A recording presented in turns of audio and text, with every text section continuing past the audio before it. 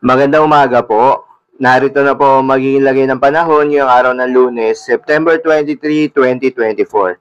At latest update sa low pressure area na ating binabantayan na nasa labas ng Philippine Area of Responsibility.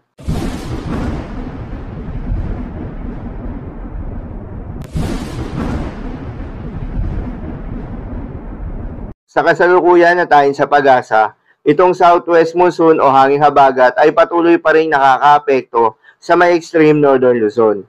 Kaya naman nasaan pa rin yung maulap na kalangitan na may kalat-kalat na mga pagulan at pagkidlat pagkulog. Habang muling umiiral itong easterlies o yung mainit na hangin galing sa karagatang Pasipiko at nakakaapekto sa may eastern Visayas at Mindanao. Dahil dito asahan naman yung bahagyang maulap hanggang sa maulap na kalangitan na may kalat-kalat na mga pagulan o thunderstorms. At sa nalalabing bahagi naman ng ating bansa ay asahan naman yung epekto ng mga localized thunderstorms na umiiral tuwing hapon o gabi. Samantala yung hanging habagat naman ay inaasahan ng mawawala sa susunod na linggo. Matapos magpaulan, magpabaha at magdulot ng pinsala sa iba't ibang bahagi ng bansa, inaasahang mawawala na ang hanging habagat sa mga susunod na araw dahil dito asahan na ang pagbuti ng panahon. Ngunit hindi agad iiral itong hamian na nagdudulot ng malamig na hangin at temperatura. Ngunit sa uling bahagi ng Setyembre ay maaari nang umiral ang mahinang amihan. Magandang balita naman dahil ayon sa pag-asa ay wala nang binabantayan na bagyo o low pressure area sa loob o malapit sa Philippine Area of Responsibility na maaaring makaapekto sa ating bansa. Samantala yung binabantayan natin na low pressure area na nasa labas ng Philippine Area of Responsibility na malapit sa Guam ay nananatiling mababa yung tsansa na maging bagyo sa susunod na 24 oras.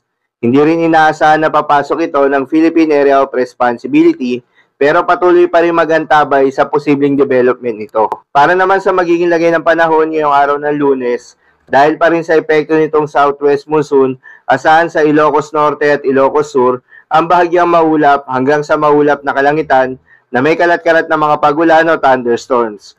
Posible ang mga pagbaha o pagguho ng lupa dahil sa katamtaman hanggang sa kung minsan ay malakas na pagulan. Habang sa Eastern Visayas, Caraga at Davao Region ay asahan rin yung bahagyang maulap hanggang sa maulap na kalangitan na may kalat-kalat na mga pagulan at thunderstorms. Dulot naman yan ng easterlies. Posible rin ang mga pagbaha o pagguho ng lupa during severe thunderstorms.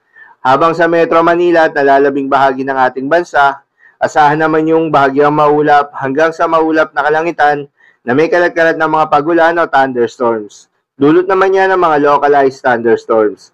Posible rin ang mga pagbaha o pagguho ng lupa during severe thunderstorms. Sa mga nabanggit po na lugar, pinag-iingat po yung mga kababayan natin sa mga posibleng banta ng pagbaha at pagguho ng lupa.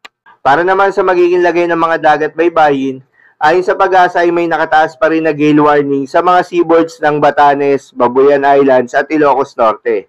Payo ng pag-asa ay huwag munang pumalaot yung mga kababayan nating mangingisda at yung may mga maliliit na sasakyang pandagat sa mga nasabing seaboards dahil inaasahan pa rin yung maalon hanggang sa napakaalon na karagatan. So yun lamang po para sa lagay ng panahon ngayong araw ng Lunes. Keep safe everyone.